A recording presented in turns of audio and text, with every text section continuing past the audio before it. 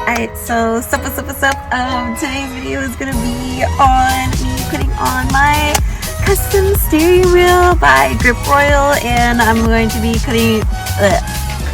I'm also going to be putting on my short hub and quick release from NRG Innovations, and I love it so much. I can't wait for y'all to see it, but here we go.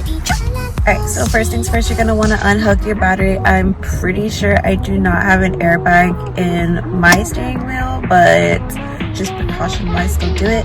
And then you're going to take a torque tamper-proof star wrench, one that has a hole in it, and then you're gonna, there's one on each side, but you're gonna do the one on both sides and go ahead and take that off.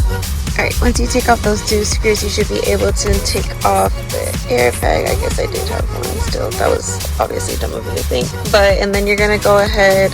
Alright, so after using a long 19 and taking this out, you should just go ahead and it's off!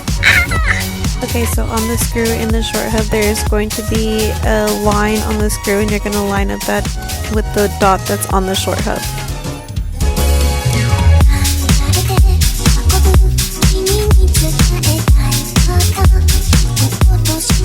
And then I went ahead and retying the nut with the screw with the long 19. Then I'm taking one of the gray circles that came in with the short hub, and that is going to be my negative for my horn. On the quick release, there is a little dot, and you're going to line that up with the dot that's on the short hub.